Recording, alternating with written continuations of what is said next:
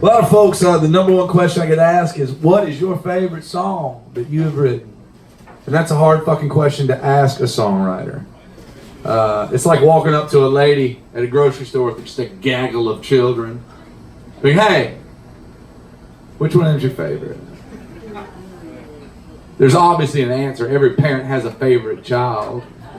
They just can't say it out loud. Because if you say it out loud, it becomes real. And when things become real, it ruins people. Like, I know for a fact I am my mother's favorite child. I know for a fact my brother is my dad's favorite child. And you can always test your parents and see if you're the favorite child by asking just a simple question. It's like, every time I do it to my mom, it's a dead fucking giveaway. She would be terrible playing cards. I'm just like, Mom, am I still your favorite? And she's like, you know I don't have a favorite. And then she gives this little tiny side smile. I'm like, cool. Just checking to make sure I was still your favorite. But it's just one of those things. And of course there's songs I enjoy, but I enjoy songs for different reasons. Some songs are better written songs, some songs have better melodies, some songs have better arrangements, some songs affect people more than other people, some songs just don't work live. So I had to narrow down my parameters for what is my favorite song to what is the song that affected my life the most. That's my favorite song because it had the biggest impact on me as a person.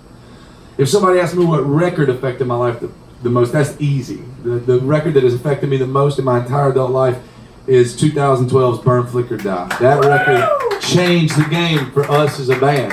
It took us from bar band to bigger bar band. It was the first time we had any taste of success. And so I knew that I had to pick the song that is my favorite song off of this record. And so when I went to limit, I was like, so what single song had the biggest impact on me? And to give you, like I told y'all before, 2011, 2012, we're in the midst of, this is the 300 show a year era of the band. We were working ourselves to the bone and we were seeing zero return. We were showing up in towns. Nobody was there. It was hard. And so we decided to give up. But we were on tour with this guy and he'd been hearing these songs that we had that weren't recorded for, 6 months. And he was just like, hey, you need to record these songs. And we're like, no, man, we're done. We quit. We're throwing in the towel. And he convinced us to make a record. He convinced us to record these songs. And he told us that if we didn't record these songs, we'd regret it. And I'm very, very fortunate and very lucky and very appreciative that this buddy of mine took us down to Muscle Shoals, Alabama for 10 days in January of 2012 and cut this record. Because that friend of mine was Jason Isbell. He produced the record. Yeah, he's a great songwriter. And a lot of folks that are cheering, we're probably cheering for two different people. You're probably thinking of the internationally celebrated folk icon, multi-Grammy award-winning Jason Isbell. I'm talking about the guy that got kicked out of the Drive-By Truckers. They look alike and they sound very similar, but they are two very different fucking people. But we went down to Muscle Shoals in 2012 and we made this record. And we put it out like any other, like the other 5 records that came before it. We didn't expect anything. And when I say immediate change, I'm not fucking kidding. The record came out, we were in St. Louis, Missouri, playing a place called Off Broadway. We played that room probably 100 times. And we played in front of nobody, every single one of those 100 times. And we got to the club that night, the day the record came out, and he said the show sold out. I was like, cool, man, who got added to the show? And and the next night, Kansas City sold out, Denver sold out, Oklahoma City sold out, Austin sold out, Dallas sold out. And it's not bragging because it's like 100, it's rooms smaller than this. But it was the first time our band had any kind of taste with success. It was the first time we were able to go out and pack these rooms, knowing that the next time we came back to town, we could move to like the small theaters and stuff like that. That was fun. So when I had to narrow it down to songs, this is the song I picked because this is the first song I sent to Jason. Jason asked me to send him the songs, and I said, why? And he said, because if they suck, I'm not going to do the record. Fair. But it was very intimidating. Jason was one of my favorite songwriters. He wasn't just a friend, he was also one of my favorite songwriters. And so I was nervous, so I sent him this song. And before I could send him the second song, he responded with just a simple text. It just said, as long as the rest of them are this good, we have a record. I'm not sending you anything else then. If that, I played it up, I was like, man, that was the weak one, man. I just wanted to see what you thought about that. The rest of them are just fucking bad. bangers. Like, let's make a record. And so we went down and made a record, and like our life completely changed, and his life fucking really changed. Because 6 months after Burn Flicker Die came out, he put out a record called Southeastern that completely changed the game for him.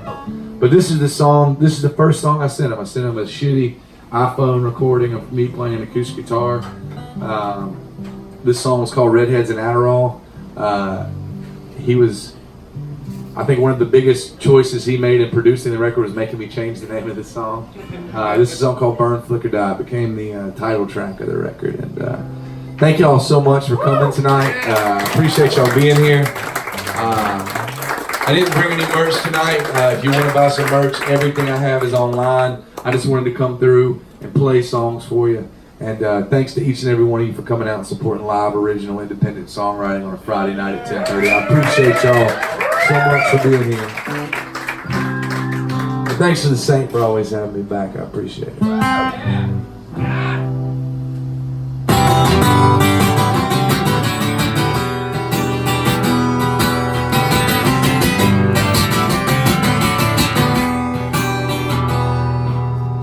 Dollar bill prescriptions in the bathroom stall,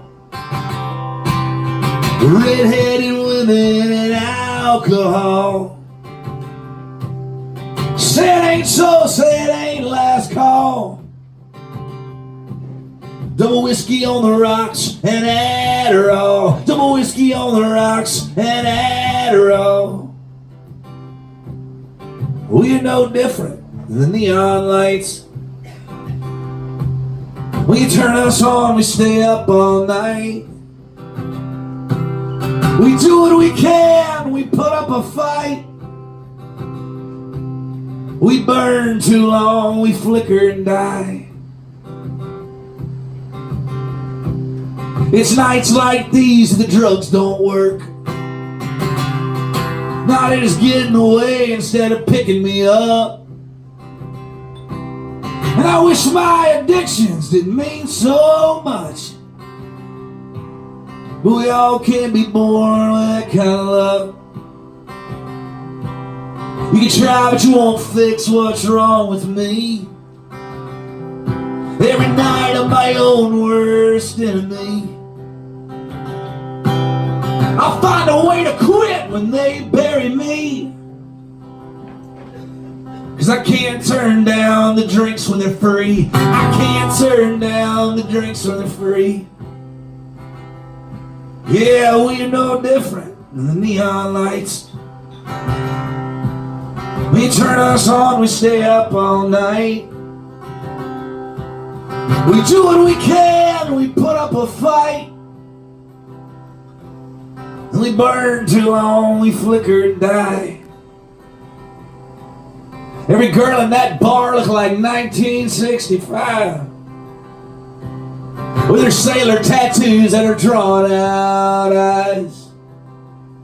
Every night and then she still crosses my mind. And by every now and then I mean most of the time. By every now and then I mean all of the time. Yeah, we're no different than the neon lights. When you turn us on, we stay up all night. We do what we can, we put up a fight. We burn too long, we flicker and die. We burn too long, we flicker and die. We burn too long, we flicker and die. We burn too long, we flicker and die. Thank you so much, Asbury. We'll see you around.